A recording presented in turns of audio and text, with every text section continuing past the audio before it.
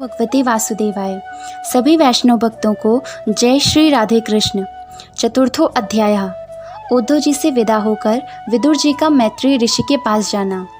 उद्धव जी ने कहा, फिर ब्राह्मणों की आज्ञा पाकर यादवों ने भोजन किया और वारुणी मदिरा पी। उससे उनका ज्ञान नष्ट हो गया और वे दुर्वचनों के एक दूसरे के हृदय को चोट पहुंचाने लगे। मदिरा के नशे से उनकी बुद्धि बिगड़ गई और जैसे आपस की रगड़ से बांसों में आग लग जाती है, उसी प्रकार सूर्यास्त होते होते उनमें मारकाट होने लगी। भगवान अपनी माया की उस विचित्र गति को देखकर सरस्वती के जल से आचमन करके एक वृक्ष के नीचे बैठ गए। इससे पहले ही शरणागतों का दुख दूर करने वाले भगवान श्री कृष्ण ने अपने कुल का संहार करने की इच्छा होने पर मुझसे कह दिया था कि तुम बद्रिका आश्रम चले जाओ। विदुर जी, इससे यद्यपि मैं उनका आशय समझ गया था, तो भी स्वामी के चरणों का वियोग न सह सकने के कारण मैं उनके पीछे पीछे प्रभास क्षेत्र में पहुंच गया। वहां मैंने देखा कि जो सबके आश्रय हैं, किंतु जिनका कोई और आश्रय नहीं है, वे प्रियतम प्रभु शोभाधाम श्याम सुंदर सरस्वती के तट पर अकेले ही बैठे हैं। दिव्य विशुद्ध सत्वों में अत्यंत सुंदर श्याम शरीर है, शांति से भरी रत्नारी आंखें हैं। उनकी 4 भुजाएं और रेशमी पीतांबर देखकर मैंने उनको दूर से ही पहचान लिया। वे एक पीपल के छोटे से वृक्ष का सहारा लिए बाईं जांघ पर दायां चरण कमल रखे बैठे थे।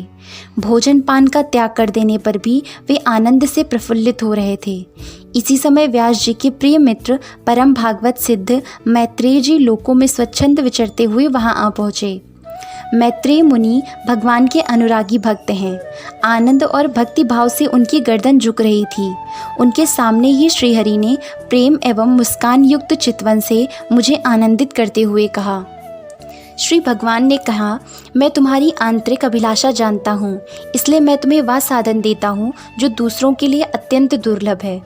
उद्धव, तुम पूर्व जन्म में वसु थे। विश्व की रचना करने वाले प्रजापतियों और वसुओं के यज्ञ में मुझे पाने की इच्छा से ही तुमने मेरी आराधना की थी।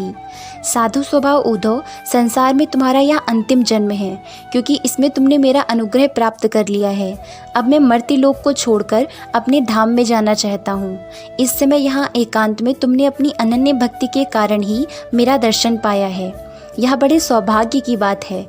पूर्व काल के आरंभ में मैंने अपने नाभि कमल पर बैठे हुए ब्रह्मा को अपनी महिमा के प्रकट करने वाले जिस श्रेष्ठ ज्ञान का उपदेश किया था और जिसे विवेकी लोग भागवत कहते हैं, वही मैं तुम्हें देता हूँ। विदुर जी, मुझ पर तो प्रतिक्षण उन परम पुरुष की कृपा बरसा करती थी। इस समय उनके इस प्रकार आदरपूर्वक कहने से स्नेहवश मुझे रोमांच हो आया। मेरी वाणी गदगद हो गई और नेत्रों से आंसुओं की धारा बहने लगी।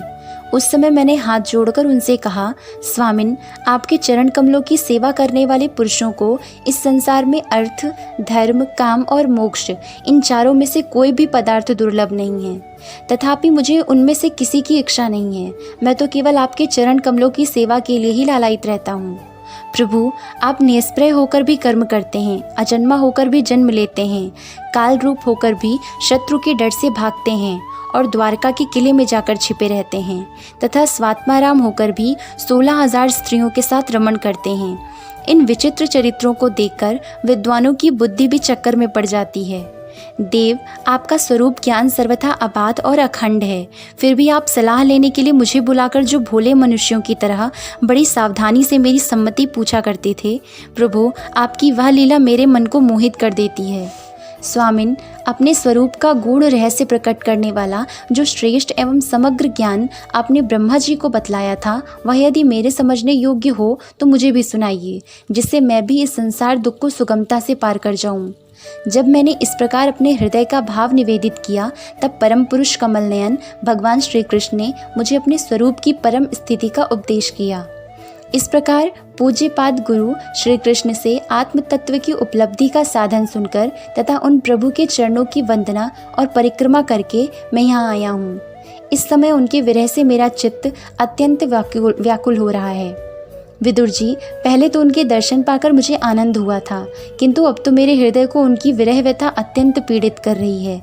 अब मैं उनके प्रिय क्षेत्र बद्रिका आश्रम में जा रहा हूँ, जहाँ भगवान श्री नारायण देव और नर, ये दोनों ऋषि लोगों पर अनुग्रह करने के लिए दीर्घकालीन सौम्य, दूसरों को सुख पहुँचाने वाली एवं कठिन तपस्या कर रहे हैं। श्री सुखदेव जी कहते हैं, इस प्रकार उद्धव जी के मुख से अपने प्रिय बंधुओं के विनाश का असह्य समाचार सुनकर परम ज्ञानी विदुर जी को जो शोक उत्पन्न हुआ उसे उन्होंने ज्ञान द्वारा शांत किया। जब भगवान श्री कृष्ण के परिकरों में प्रधान महाभागवत उद्धव जी बद्रिका आश्रम की ओर जाने लगे, तब कुरुश्रेष्ठ विदुर जी ने श्रद्धापूर्वक उनसे पूछा।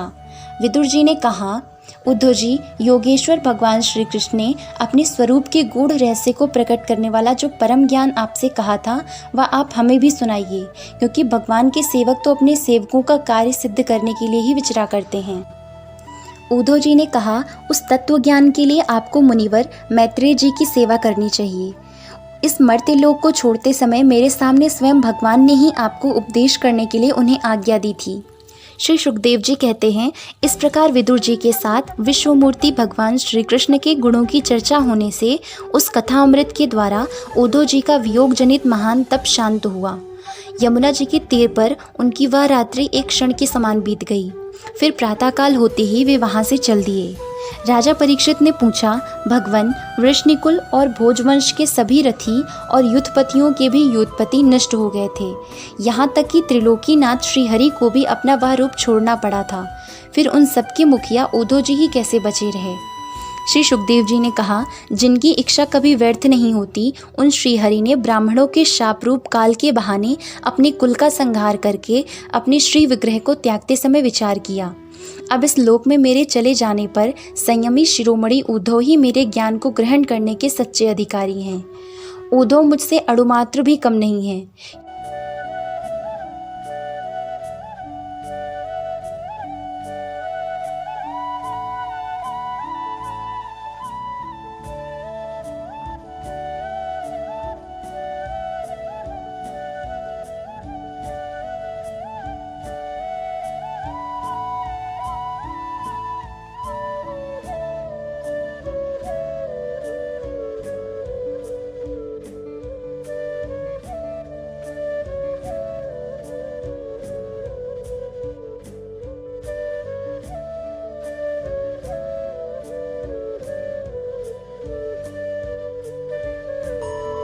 Like and subscribe the Kanha's Introvert Yogini and stay tuned for the next videos. Jai Shri Radhe Krishna.